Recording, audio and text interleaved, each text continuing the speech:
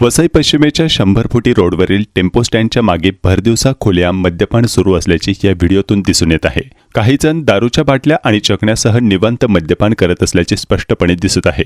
या प्रकारामुळे परिसरातील नागरिकांमध्ये संताप व्यक्त होत असून सार्वजनिक ठिकाणी अशा प्रकारे सुरू असलेल्या मद्यपानामुळे महिलांना, विद्यार्थ्यांना आणि ये-जा करणाऱ्या नागरिकांना त्रास सहन करावा लागत असल्याची तक्रार आहे।